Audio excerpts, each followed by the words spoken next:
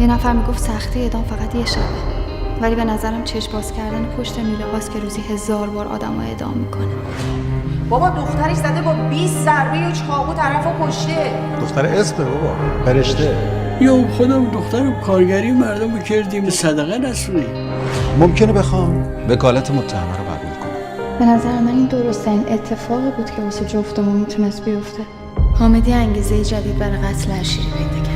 یکی دوتاش سخت گیر میامد به خاطر همین یکم طول کشید. میگه شاید جسم ها بتونن پشت میله ها نگه دارن، اما اینجا زندگی و امید هست. تا حالا هیچ که غیر بابا بهم نگفته بود عزیزم. یه چیزی ازت میپرسم، راستشو بهم بگو. حامد عاشق شد. خاک تو سرت. خیلی آرزوشونه که همه چیشونو بدن که فقط یه روز دیگه بیشتر زنده بمونم. یکیش من. دختر داری؟ به نظر خودت میتونی نجاتش بدی؟ تو برام دعا میکنی؟ ممکنه این دختر قاتل نباشه؟ حتی 1% هم احتمال نمیدی که این دختر قاتل باشه. کل زار زندگیمو نذاشتم رو این پرونده که داشت گیم اوور شد.